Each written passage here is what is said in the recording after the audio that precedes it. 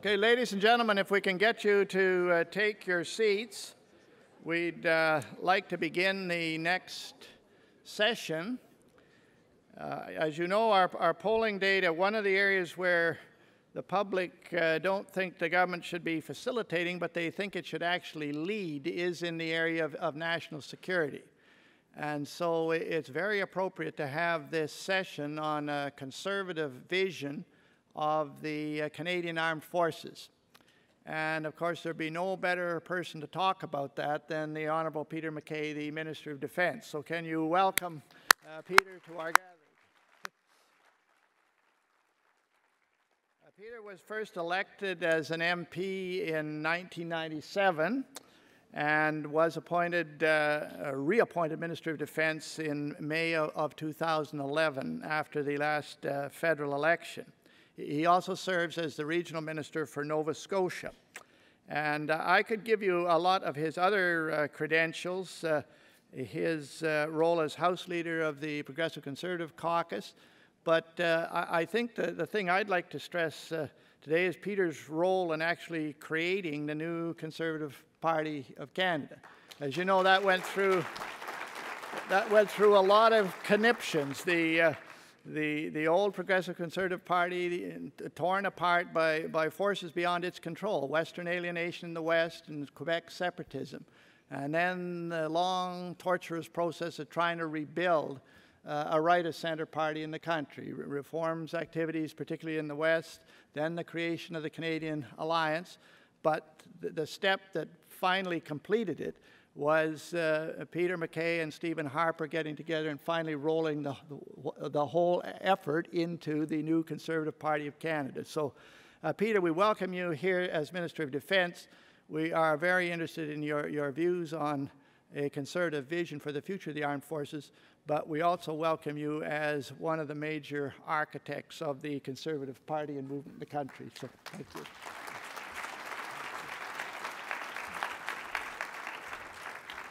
Well, thank you very much, Preston, et bon après-midi tout le monde.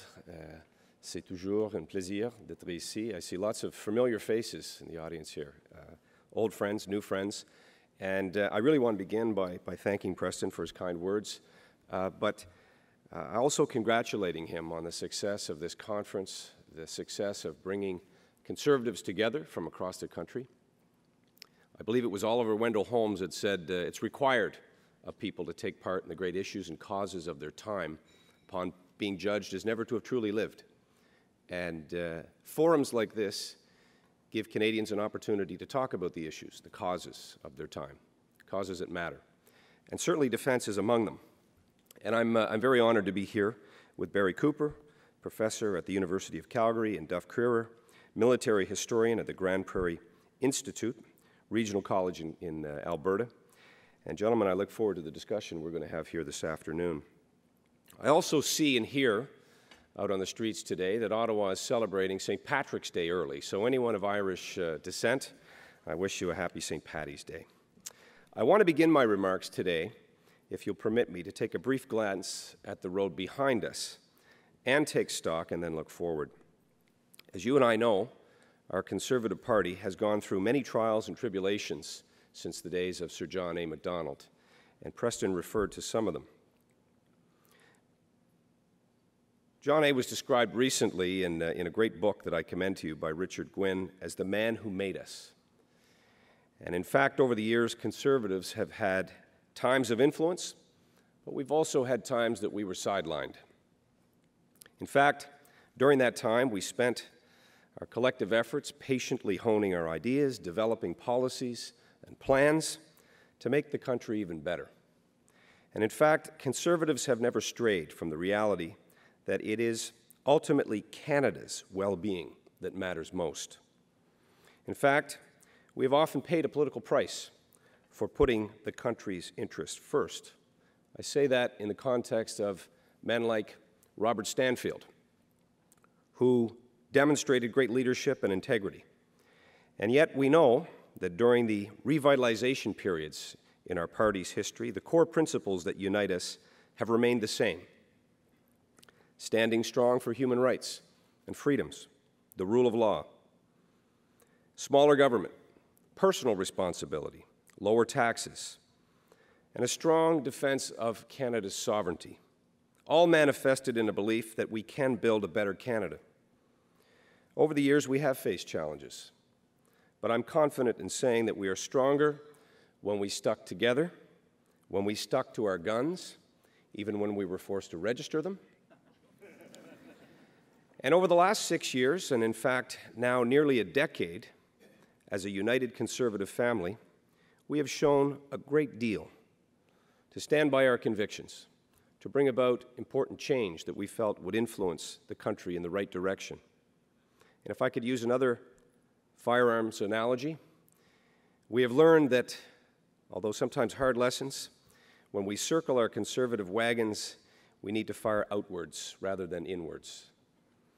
We have expressed a Conservative vision for a government that is rooted in our philosophy of governance, steeled by principle and executed practically to the benefit of Canadians. Practical Conservatism focuses on delivering meaningful results to Canadians. A distinct and key part of that objective has been our vision, the Conservative vision for the Canadian Forces. I cannot overstate the importance of our military to the history of our nation and the future success and sovereignty of a prosperous Canada. As we commemorate the bicentennial of the War of 1812, it's worth remembering that our nation was in fact born out of conflict. And we had a military before we had a country. There is simply no greater symbol of our liberty or more fundamental guardian of our freedoms than the men and women of the Canadian Forces. They have made and will continue to make incredible contributions of service and sacrifice to our nation. And I am proud to stand alongside them as the Minister of National Defence. I've experienced no greater honor in personal or private life. It is especially timely for us to focus on their role and accomplishments, since in just a few weeks' time, we will mark another important commemoration for our country, the 95th anniversary of the victory at Vimy Ridge. While there are sadly no surviving veterans of that conflict, the warrior spirit remains alive in our current generation of veterans and serving members. I know my colleagues here, those are particularly those with a military historical bent, are familiar with the story of Vimy Ridge. But let me just cite a few facts. Over 3,000 Canadians died in a few short days and were lost in that crucial victory that was won on a bloody battlefield in France. Part and the point of Vimy, some have said, was the birth of our country. But I believe our storyline goes back much further.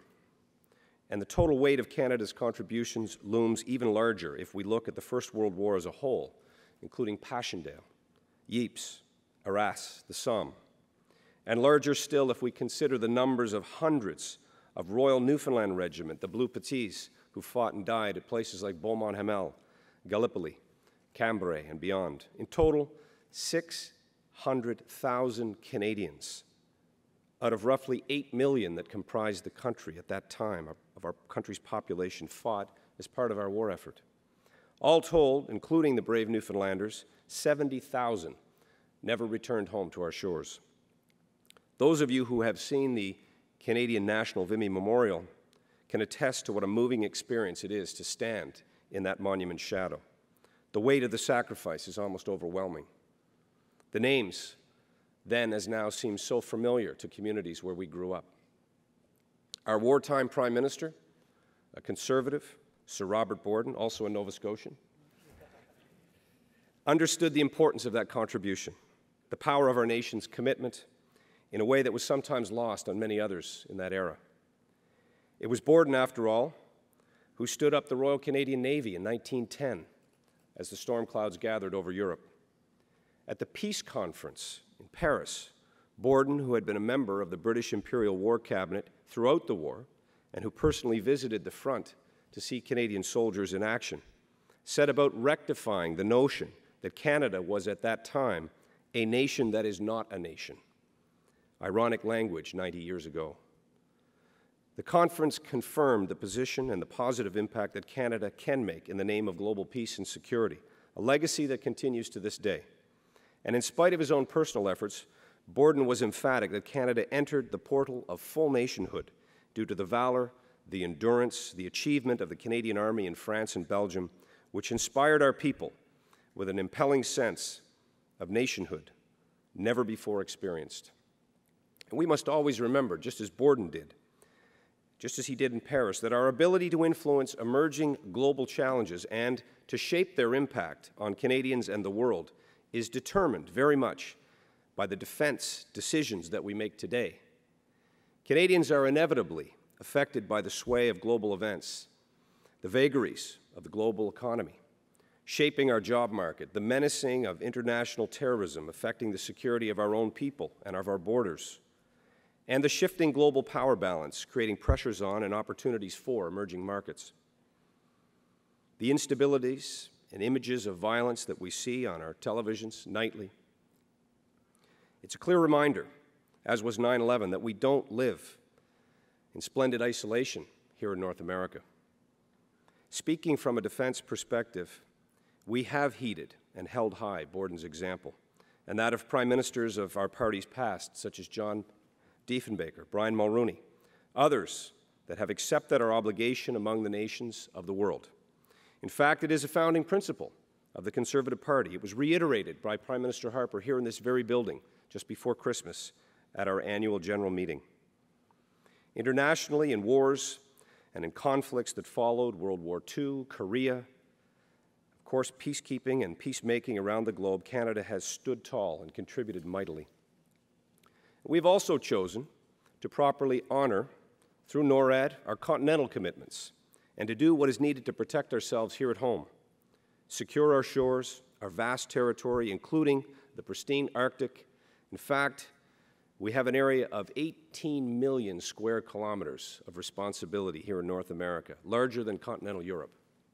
And unlike other political parties who have far too often put rhetoric ahead of action, we have put our money where our mouth is. Since 2006, the national defense budget has increased by over $8 billion. This includes significant investments across all of the pillars of the Department of National Defense, our infrastructure, our personnel, our equipment, and our readiness. It is well known that the Department of National Defense was eroded under previous governments.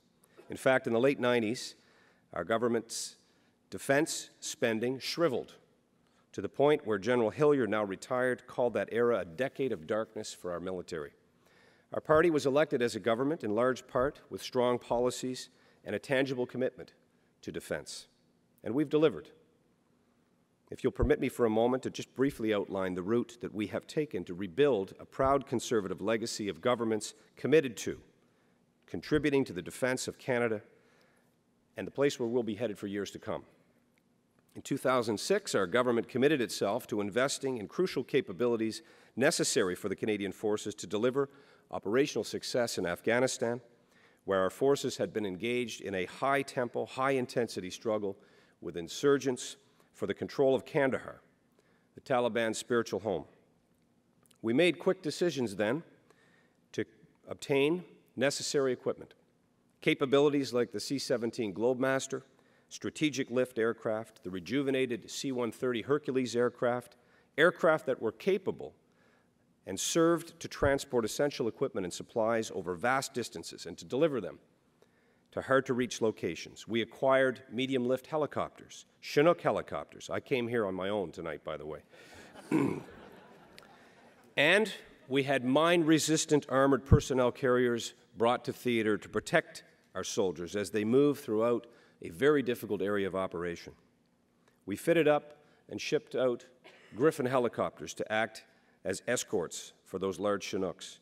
We introduced Leopard 2 tanks and enhanced M777 artillery, all of which brought formidable firepower to bear on the battlefield. And by 2008, the Canada First Defence Strategy became the government's blueprint for a modern, capable, first-class military for the 21st century, one that will serve our country for years to come and protect our sovereignty and our security here at home, making a strong and reliable contribution to the defense of North America alongside the United States, and protecting Canadian leadership abroad through meaningful contributions to peace and security. The Canada First Defence Strategy will be kept evergreen, and we'll have more to say about that in the near future.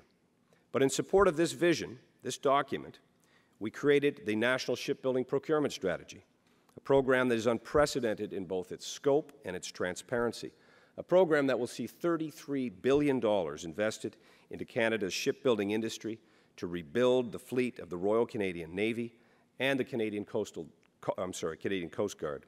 It will equip the Navy and the Arctic Offshore Patrol ships to monitor the sovereignty of our northern waters, as well as a new fleet of surface combatant vessels and new joint support ships, which will help us to conduct operations further abroad and for longer periods of time, including in the Arctic, where we know that the waters are opening up and we now have a third ocean to keep an eye on.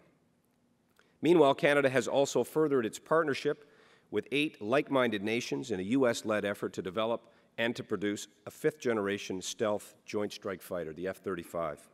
This aircraft will replace Canada's aging CF-18s, which were purchased in the early 80s, and will enable Canada to continue operating seamlessly and interoperably alongside the United States and other key allies, while patrolling North American airspace at home through NORAD, as well as on international missions. That's job one.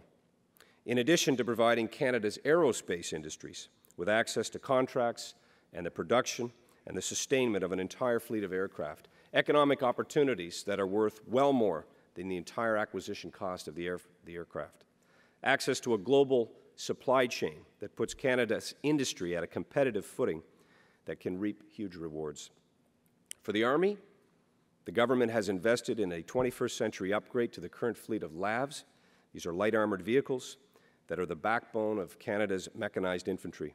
And in the years to come, we'll continue with plans to purchase a new fleet of combat vehicles and systems, including a close combat vehicle that can be used alongside the Leopard 2s, as well as more agile and versatile tactical armored patrol vehicles. Heavy trucks, new small arms, better body armor, personal kit, all of this, ladies and gentlemen, is a demonstration that our government has provided our men and women in uniform with the tools they need to do a sometimes very difficult and dangerous job that we ask of them. And now the forces are using those tools.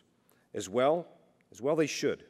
The last number of years have seen the highest tempo of operations since the Korean War, and in January of 2010, for example, our government deployed 2,000 personnel, emergency task force to assist the government and the people of Haiti following a massive earthquake, and sustained that humanitarian effort for 2 months, even while engaging in the major combat operations in Afghanistan. At the same time, we had major support to civilian operations going on here at home, with support for our civilian authorities around the Vancouver Winter Games as well, and shortly thereafter of the G8 and G20 in Ontario. So all of this saw a tremendous tempo of operations in Canada, unseen for 40 or 50 years. And there were years in which many members of the armed forces were serving on multiple tasks, having deployed into Afghanistan, redeployed for a training mission, out to Vancouver, or assisting with these civilian efforts. In fact, since the mission in Afghanistan began over 10 years ago, over 30,000 Canadian Forces personnel rotated in and out of that country. And in March of 2011, even as the efforts to transition the Afghanistan mission to training, the Canadian Forces took a major leadership role, as you would recall, in support of the United Nations Security Council resolution in Libya, conducting over 1,500 sorties to enforce a no-fly zone and patrolling the Mediterranean waves in support of the arms embargo to ensure the safe passage of humanitarian assistance to Libya, to Libyan citizens. And needless to say, the world is turning very quickly these days. Volatility is everywhere. The slaughter of civilians by the Assad regime in Syria, the ongoing maniacal ambitions of the regime in Iran and what they're doing to their people in oppression. And of course, in recent years, the Canadian Forces have played a major role in strengthening and exercising Arctic sovereignty here at home. This is one of the reasons why, the primary reason why, we continue to invest in the Canadian Forces. And working through our cooperation efforts through the whole of government, we have even seen international partners taking part in some of these exercises here at home, operations like Op Nanook and Nunaluvut that take place north of 60, or through the regular presence and surveillance patrols of Canadian Rangers, which are made up of Arctic Canadians, mainly of Aboriginal descent, and of which our government has committed to expanding to 5,000 members. These investments and achievements are long in number and have shown the world, not just Canadians, that the Canadian Forces can make a tangible difference at home and abroad. They've demonstrated our commitment to NATO, both through leadership, and we played a major role in Allied operations and through the robust capabilities that we can offer in our collective defense. Ladies and gentlemen, thanks to a Conservative government's investment in defense and the extraordinary efforts, first and foremost, of the military and the civilian members of the defense team, Canada is frankly more influential and more respected on the world stage today than at any other point in recent history. We have been beneficiaries of strong leadership, particularly from the Chiefs of Defense Staff and all of our branch chiefs. And now, as we look to the future, the Canadian government wants to ensure that we capture all of that goodwill and momentum and build on the core strengths as we prepare for the future. But no matter how advanced our technology or capabilities might become, the government knows that the single most important factor for the long-term defense of Canada is the continued health and well-being of the men and women who serve in uniform. Their service and sacrifice must be respected in more than just words. Described as being at the sharp end, those in uniform who willingly put themselves in harm's way have to be the primary focus of any government. That is, we owe the greatest debt of gratitude to those individuals in our country. They are our greatest citizens, and my obligation as minister, first and foremost, is to those who carry the gun. That's why we remain committed to investing in programs that provide important assistance to military members and their families wherever and whenever they need it. Programs like the Soldier On program, which has been active since 2006 and uses sports to enhance the quality of life of Canadian Forces members who've been disabled in the service of their country. Or the establishment of the Legacy of Care, announced in 2010, a series of 5 new initiatives that assist in the recovery and the rehabilitation of injured soldiers, sailors, and air personnel, as well as their eventual reintegration along with their families back into the military or civilian life. Programs like Helmets to Hard Hats, or perhaps the greatest, widest-ranging initiative of all is the creation of the Joint Personal Support Units across the country, whose mandate is to provide and streamline one-stop service to all ill and injured military personnel, regardless of their situation, throughout the 24 integrated personal support units across the country. And let's face it, being in a war zone and having been exposed to the tension and the violence that can follow can have a tremendous impact on a person's mental health. And this is something that our country and all countries, quite frankly, have to be seized with and have to respond. I credit the current Chief of Defense Staff for demonstrating personal leadership and admitting his own challenges and talking about it in a way that's open.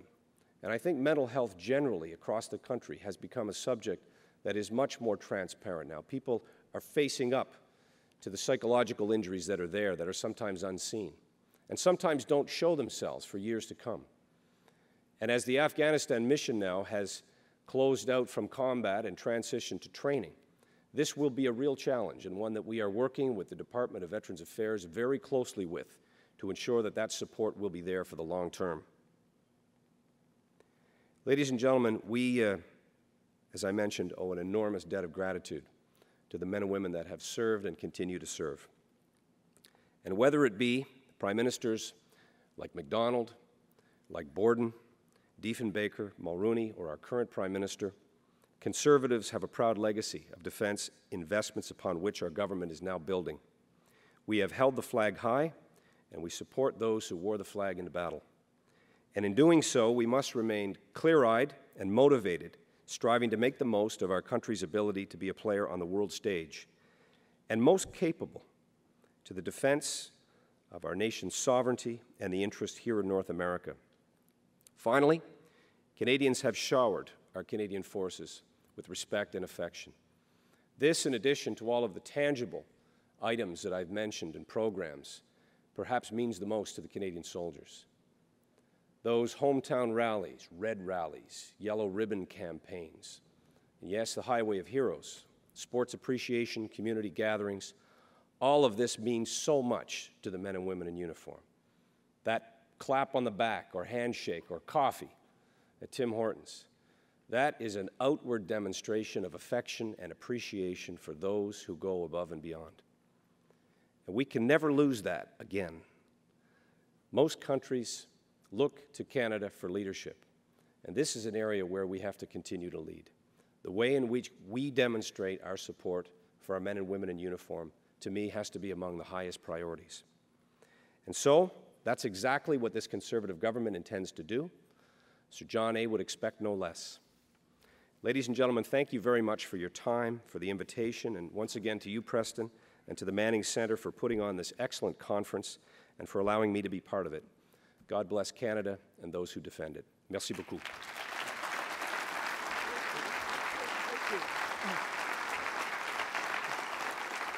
Well, thank you, Minister MacKay. Now we have two respondents, and we're very fortunate in the people that have been willing to join us. I'll introduce them each separately. But we have Barry Cooper, who is no stranger to these conferences, a professor and commentator, including a commentator on defense matters from the University of Calgary, and Duff Crerar, who's a military historian at Grand Prairie Regional College.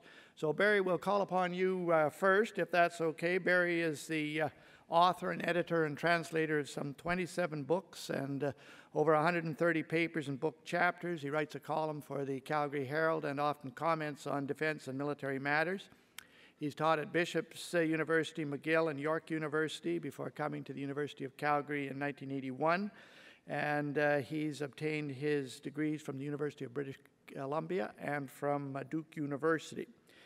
He has studied and written on political philosophy, classical and contemporary history, Canadian public policy, including the place of technology in the media in Canada, and of course has written and commented on defense and military matters. So Barry, we're glad that you're able to join us. Thank you very much, and keep within the time limits.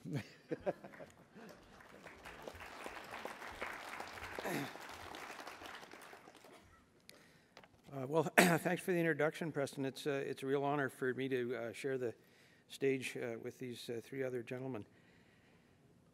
When Darrell Reid asked me to prepare a few remarks on a conservative vision for Canada's armed forces, I quickly agreed, and then I started thinking about what I'd agreed to. To start with, conservatives understand a few things about war. Plato said, "Only the dead have seen the end of war." For some reason, liberals and progressives think you can fight a war to end war, as U.S. President Wilson put it. There are a couple of things wrong with this particular vision. First, wars are unpredictable. Who knew that the end of the Cold War would be followed by a long war against Salafist militants and terrorists? And the reason nobody knew is actually quite simple. We don't choose our enemies nearly as often as they choose us. The enemy get a vote, U.S. former Secretary of Defense Rumsfeld said. Second, Clausewitz was undoubtedly correct when he argued both that the rational purpose of war was peace and that war is the conduct of policy and politics with the addition of other means, namely organized violence. So an end to war means an end to politics, and that doesn't seem to be on the horizon of human beings. Now, all of this philosophical reflection, and I teach political philosophy, so I have to apologize. All this philosophical reflection has a bearing on Canadian defense policy. We've already heard General Hillier's description of the Chrétien years as a decade of darkness for the Canadian forces. That was a time when a Wilson-like figure was in charge of our foreign policy. He spoke at great length about a responsibility to protect, but forgot about an ability to protect. first thing I'd say about a conservative vision for Canada's armed forces, then, is that it's realistic and not grounded in fantasy and in dreams. What's happened since the Chrétien years, and I'm not simply flattering Minister MacKay and the current government because things started to change under Paul Martin, is a major transformation. And I'll turn to this question of transformation in a few minutes. First, we have a coherent strategic document, as the Minister mentioned, Canada First Defence Strategy. It was produced by DND and not by a civilian think tank, unlike what happened a decade ago. Back then, we had strategic documents, such as the one produced by the outfit that I'm associated with, the Canadian Defence and Foreign Affairs Institute. But they weren't government documents, and so far as we know, when government officials in and out of uniform got around to reading them, they did so not in order to learn, but in order to refute. And that is typical behavior of bureaucrats. Second, the Canadian forces have matured and grown in the unforgiving crucible of combat. Operational achievements in Afghanistan and the Persian Gulf and in Libya have been worthy of those undertaken in Korea and in the general wars of the 20th century. Third, the Canadian forces have new capabilities in special operations forces and UAVs. They've recovered skills in intelligence and in fire support that they had allowed to atrophy. That is, the Canadian forces reminded Canadians that although the military can do many things, they must be able to fight. Fourth, there's been a surge in material support for the forces, from under $10 billion in 1998 to twice that in 2011. The C-17s and the C-130Js lead the list of new kit. A few weeks ago, the Strathconas took delivery of the new Leopard 2 tanks at the Edmonton Garrison. At 62.5 tons and with 120 millimeter main guns, they are significantly more robust than the Leopards that the Strathconas took to Afghanistan, which were 20 tons lighter and equipped with 105 guns. Fifth, and most important, and the Minister mentioned this, the morale and confidence of the Canadian forces have improved beyond measure from the 1990s. One reason is that they have become part of our national self-understanding in a way that has not existed since my father's day, and he left the RCIF in 1945. Now, unquestionably, this is all to the good and constitutes a serious actualization of a Canadian vision, of a conservative vision. Let me mention a few things that are also part of such a vision, but where there's plenty more to do. The first concerns how we as a people take care of our veterans. For the past couple of weeks, Post Media has been running a series of newspaper articles indicating that the Department of Veterans Affairs has done a shameful job. This is not news to anyone who's paid attention to that department over the years. One need only recall a controversy raised by retired Colonel Pat Strogren when he was the first ombudsman for vets. One of the most important variables in successfully dealing with post-traumatic stress disorder is to ensure that veterans are welcomed back into civilian society. The goodwill of Canadians toward the forces will certainly help, but there's a lot more that needs to be done, most of it in this town. A second observation. There is a report completed by Lieutenant General Andy Leslie last fall. When Minister MacKay announced his appointment nearly 2 years ago, he gave him responsibility, quote, for increasing organizational efficiency and effectiveness. These are related but not identical concepts, especially in Ottawa. The first tends to emphasize process and administration, and the second emphasizes command and getting the job done. Leslie was under no illusions when he took the job. He knew as well as anyone that the budget expansion after the decade of darkness would be followed by a general need to reduce the federal deficit, and the DND and the Canadian forces would have to be part of that. He was also aware that there have been at least 15 major studies of the military since the end of World War II, and that their typical fate lies in the lower drawers of filing cabinets. He even mentioned why. Recommendations were difficult to implement and often threatened the status quo. Or rather, they were difficult to implement because they threatened the status quo. Again, let me emphasize the Schwerpunkt, the center of gravity, as Clausewitz says, namely the bureaucracy and its attitudes. Leslie's analysis was meticulous. He described the current state of affairs and only then suggested how transformation in light of new threats, new technologies, and resource constraint might be undertaken. Sometimes statistics do speak for themselves. Here are some that he found. Between 2004 and 2010, the number of people in DND CF grew by 18%. The Reg Force grew by 11%, about half in the Army, and the rest in non-Army headquarters. The front line, the Royal Canadian Navy, actually shrunk by 11%. Reservists grew by 23%, most of whom are full-time reservists at National Defense Headquarters, and they are in administrative billets. Civilians at DND grew by 33%, again, most of whom are at NDHQ. Now, yesterday, Minister Ambrose told us of a 26-page report published by DND to specify how you could acquire eggs for the Canadian Forces. Now we know what those civilians at DND do. Well, to summarize, the non-operational tail has grown by 40%. The frontline trigger pullers, the tooth, has grown by 10%. Now, can you see a pattern here? If so, you see the solution, and it has two parts. Reduce the size of NDHQ staff, especially civilians, consultants, and full-time reservists. General Leslie said later to the Senate, give those 4,500 reservists a choice. You can go back to part-time service, or you can transfer to the regular force, or you can seek another career option. And second, do not cut budgets on the side of effectiveness. Do not cut budgets for spare parts, capital, or infrastructure, because that is bound to impair mission success in the future. My third observation is to state the obvious. The Government of Canada has an opportunity. They can focus on effectiveness.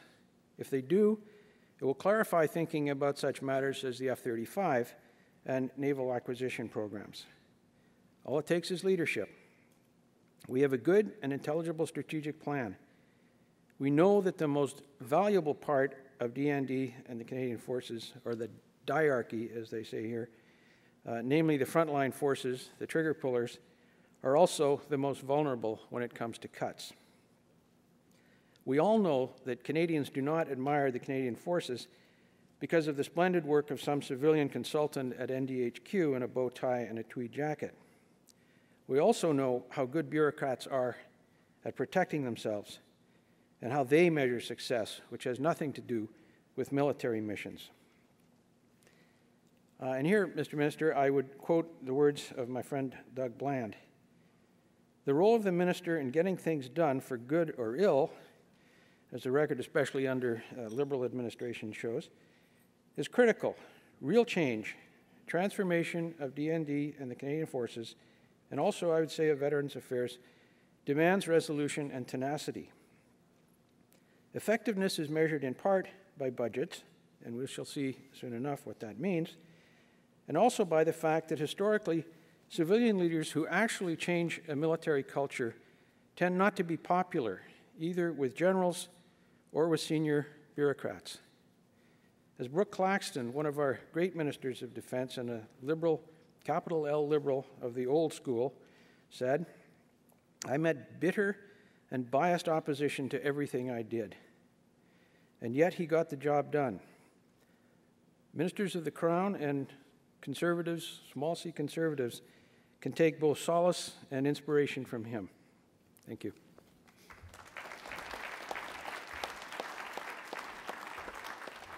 Okay, thank you, Barry. Our next respondent is Duff Crerar. As I've mentioned, is a military historian at Grand Prairie Regional College.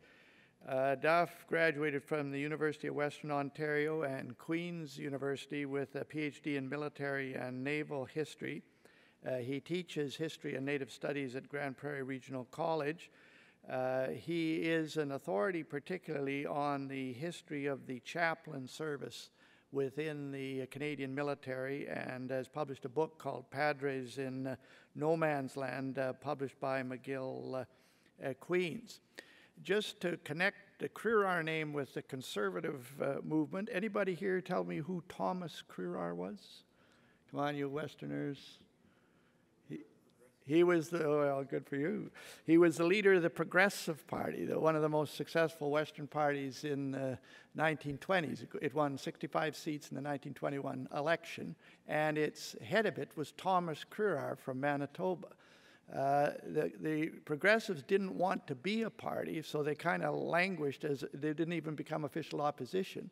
And the Conservative Party at the time, that was called the Conservative Party of Canada, wanted Crerar as its leader. And Crerar agreed to be the Conservative leader on the condition that the word progressive be added to the word conservative. That's how progressive conservative came about. And so when Liberals use the word progressive to indicate leftishness, in Canada, the word progressive actually refers to Western populism. So just thought I'd get that in. And that's a great introduction to Duff. But Duff is of the Crerar family, of a branch that ended up in Alberta. But Duff, we really appreciate your willingness to come all this way. We know that you're an authority on one aspect of the military, and please come and share your thoughts.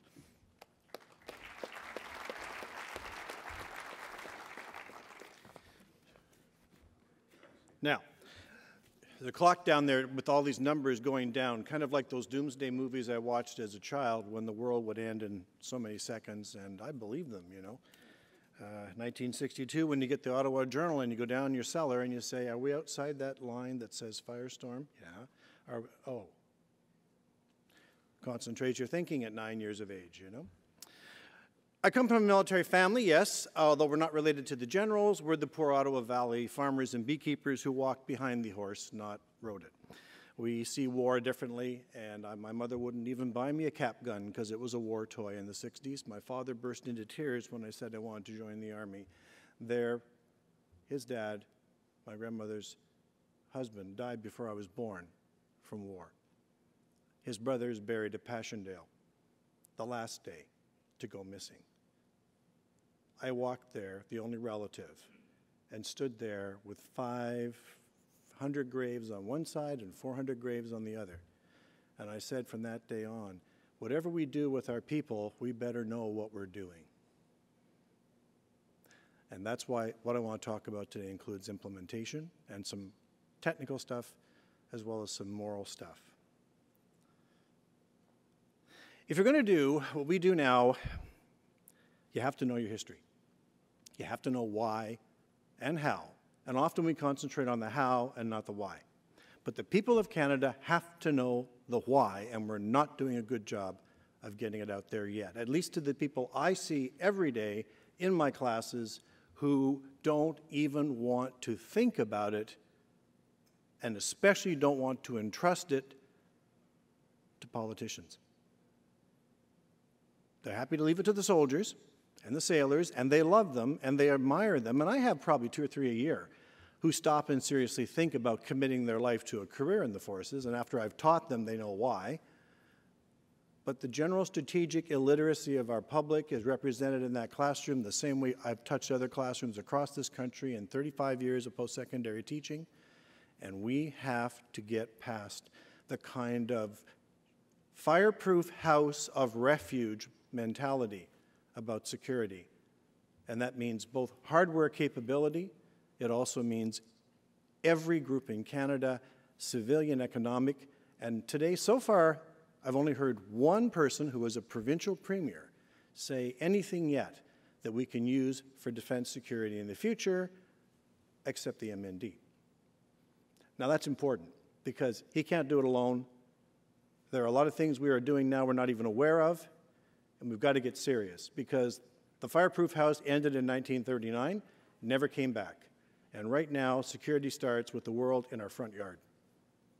If a teepee protects you from the weather but not from nature, our position in the world and our capabilities in the world will protect us from certain kinds of things. We probably won't have other nations come and kick in our door unless we can negotiate intelligently over water rights and a few other things, because climate change is on our front door, and the world will kick in our doors if they can reach us for water and food that's not heat damaged. Oil is the last thing we have to panic about for security, because when that comes to us, it will be a non-negotiable. Water. So let's start with some bigger considerations. First of all, ethno-political conflict. First of all, it's intrastate, which makes it very complicated because the UN is not designed for that. We have some of the worst horror stories in history. I have to mention one name, Srebrenica, and you know what I'm talking about. The UN is not prepared for intrastate security. NATO is, but it has a problem too. It has limited capacity and limited cooperation in the more costly and competitive parts and dangerous parts of protection. We have a responsibility to protect. It's a fine document. Now we have the ability to protect, but we could lose it in 1 year if the Canadian public don't know the rules of security. And the whole mess, it's not a spectrum anymore from soft power to hard power. It's a circle. And we have to look at that very carefully, because the mistakes we've made in the international stage are going to live with us forever, and the mistakes made in ethnic conflict 700 years ago are still the traumas and the glories that fire conflict and death today. And most Canadians don't know enough history to drive down their streets and know what the streets are named after. We have to deal with that, and we have to get past all of the barriers that are created by our condition, our location, our media, which I have real concerns about, because they seem to be as ignorant as swans about how to manage security thinking as well. We need to think about a plan to move beyond that. A lot of things we could say here. I haven't got time to justify them all. People can see me after class. There'll be a test at the end, and we'll work this out. First of all, strategic literacy or security literacy. Canadians don't read well. They love to read about soldiers. They love to read, and they love to pull Kleenexes out about people that go and fight for us. But we don't know why they're there, and we don't know how to help them, because we don't read and think security intelligently. The media will help, but the media is conditioned to the dirge, because if it bleeds, it leads. And the dirge is no help. There has to be coverage that is empathetic, that is honorable, and we can leave a lot of that to the people. But our media has forfeited the opportunity to show how the world works and our position to make a difference in that world that comes from being who we are. There is no better country right now that has so many people from so many cultures with a goodwill. When we go to Afghanistan, we have Pashtun-speaking doctors. There are very few countries. I saw CIA advertisements, I won't tell you where. I saw CIA advertisements looking for a few good Arabian men, that kind of language after 9/11. In The Economist, I told you. And I'm thinking, my gosh, I hope we never do that. And we don't, because we have people of goodwill, and we have people that go out there, and they're brothers and sisters, and we should be learning from them every day. And they should be in our house, and they should be in our ministries, they should be our bureaucrats, and we should be listening, and we should be taking them with us like we do. We take imams in uniform to be with our troops. And I'll tell you, they're Turkish, and they're very good. And the imams of Afghanistan, in Kandahar, and around the region come to them when it's safe for spiritual counsel, because our military imams are educated. They are Kanafi, and they're respected. In fact, they could have careers in Afghanistan if they wanted in a minute. And that's because Canadians have made it possible for them to live freely and express that in this country now. And if we don't protect that, we don't deserve them. And it starts everywhere. I remember legions that wouldn't let men with turbans in. And I thought, you don't even know your history, because men with turbans carried our wounded out of Italy at the risk of their lives during World War II. And when veterans forget that, we have to re-educate. One of our best OCs overseas is a decorated veteran now, commands with a turban, and that matters. That's Canadian.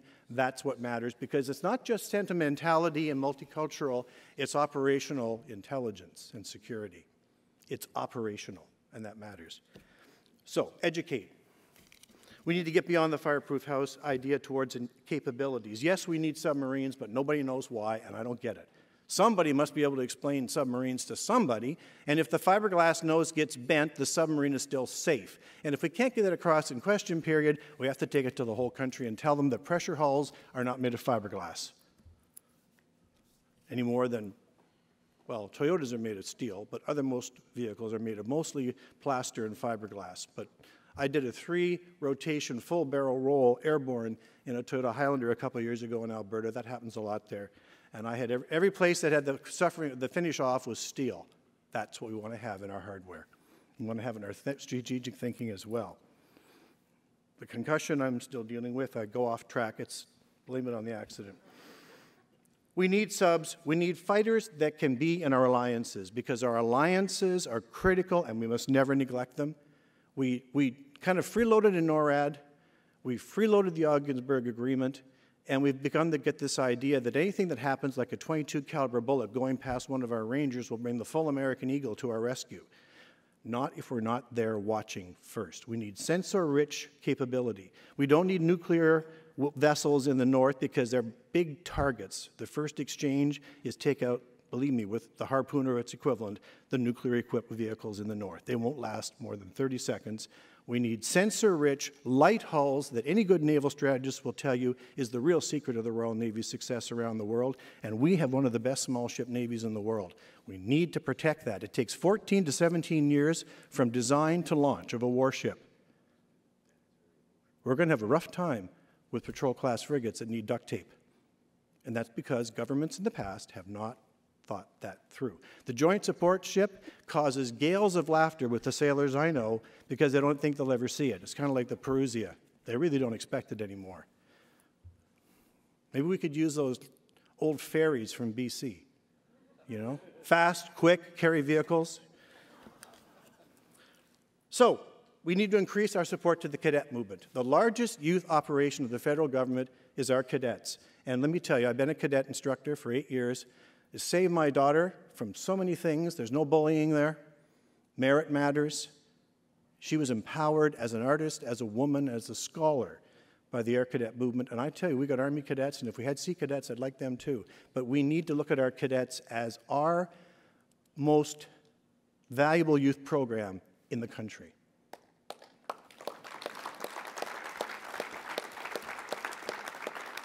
Two seconds, we need to finance our training and support our training outside the box. RMC did a miraculous thing a few years ago.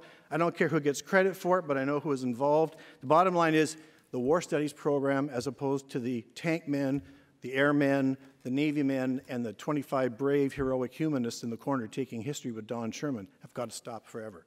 Our officers now, we know this from transformation, have got to be fully humanist educated so that they can show the imagination and creativity in that first year of the Iraq War. And I'll be frank, when the people above them were talking the silliest language we've ever seen, used in 1914, 1941, preemption, and they went out there and they knew enough as officers to get their men to reverse arms and get on their knees when they were met by angry and frightened Iraqi women. We need officers like that, and we have them. And we should celebrate them and protect them and give them the ability to spread that influence, because without that kind of cultural proficiency, I hope we never are dumb enough to burn a Quran. I don't think we are. But we also take pains, and our officers do too, to make sure that those kinds of mistakes don't happen.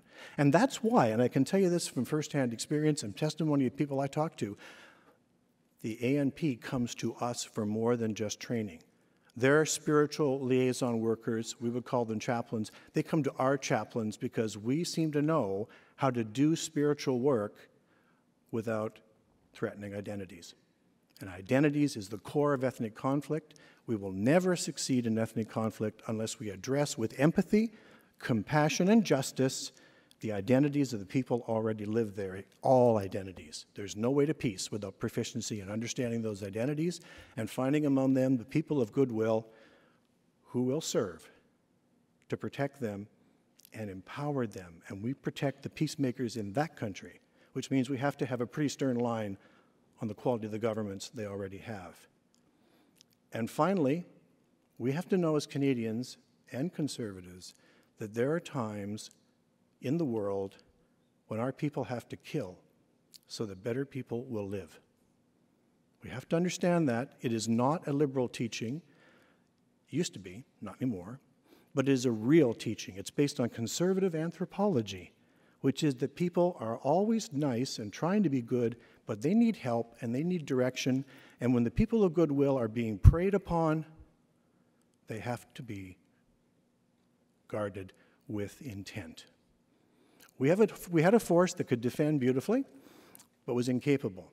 We have a force now that can fight with discretion and has done remarkably well in one of the most poisonous situations you can send our people, and there has been no Canadian Srebrenica. And if we pay our dues as Canadian citizens and support our people and hold our politicians accountable for doing a more intentional job, I pray there never will be. But if we ever forget that, and if we forget the job we have to bring the Canadian people to some better degree of literacy, maybe we could even put Maple Leaf on the newsstand, sir. I have a lot of people that would like to know how our Army and our Navy and our Air Force live. And they don't know because they don't even know about the DND website. I take my 30 students a year and they read the paper every morning with the morning paper, the DND website. How many know how to get there? See me after class. That's the point. The Maple Leaf, the Canadian Military Journal, two of the most valuable, and we don't even get it outside the firm. If we don't do that, no wonder we're going to have silly questions, silly attitudes, and sometimes fatuous media coverage.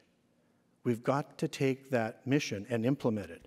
The plan for implementation is not to take more money, but to use better what we have. We charge a loonie for the Maple Leaf and put it on newsstands. Every week, every little kid and their mother and father that wants to know how the Navy or the Army or the Air Force lives day to day, the Maple Leaf is one of our best periodicals we've ever produced. It always has been, by the way. Even the Germans read it in World War II and laughed at the right places. What about our CMJ? Why are we leaving this all to specialized institutes? We're already producing these things for our own in-house people, and because we're Canadian, they can be read by civilians.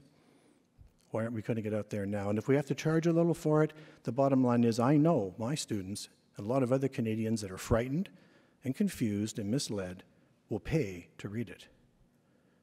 Thank you.